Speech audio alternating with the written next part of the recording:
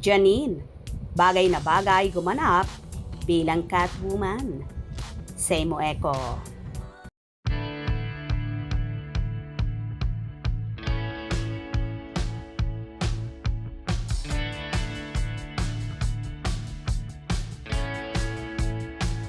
Marami ang na-amaze na mga followers ni Janine Gutierrez sa mga ibinahaging videos at mga larawan ng dalaga kung saan kita mong nagwo-workout siya.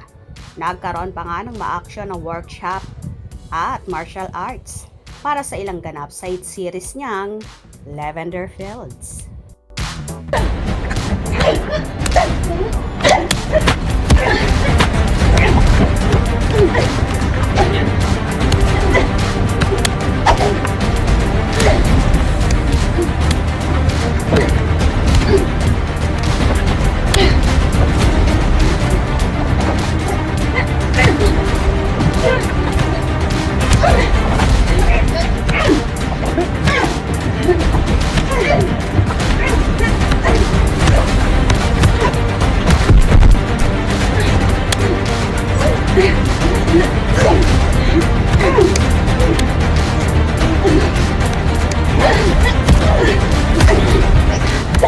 Bagay na bagay talaga kay Janine ang maging action star dahil sa kakaibang kilos niya at ganda ng kanyang katawan. Ang ilan naman ay nagsasabi na bagay siyang gumanap bilang Catwoman at Batman naman daw si Jericho Rosales. Ito lang naman ang ilang ginagawa ng actress kung kaya napapanatili niya ang kaseksihan at healthy body figure. Bukod kasi sa pag-gym, ay pagtitenis din ang ginagawa ng actress kasamang ilang mga kaibigan at kung minsan pa ay mga kapatid nito.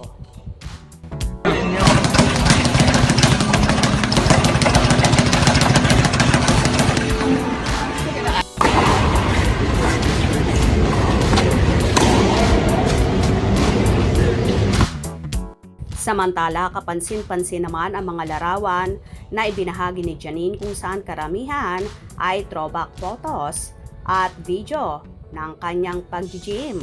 Bakit kaya naisipan ni Janine na i-post ang mga throwback photos at videos niya? Dahil ba sinabihan siya ng Kim Pao fans na gaya-gaya siya? Sa mga hindi nakakaalam, matagal na talagang nag-gym si Janine na hindi lang nito ipinoposte palagi sa kanyang mga social media dahil that time ay masyado pang mahiyain ang actress.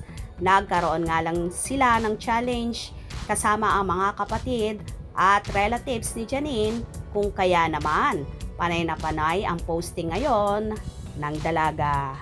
Kung nagustuhan nyo ang video na ito, comment down below.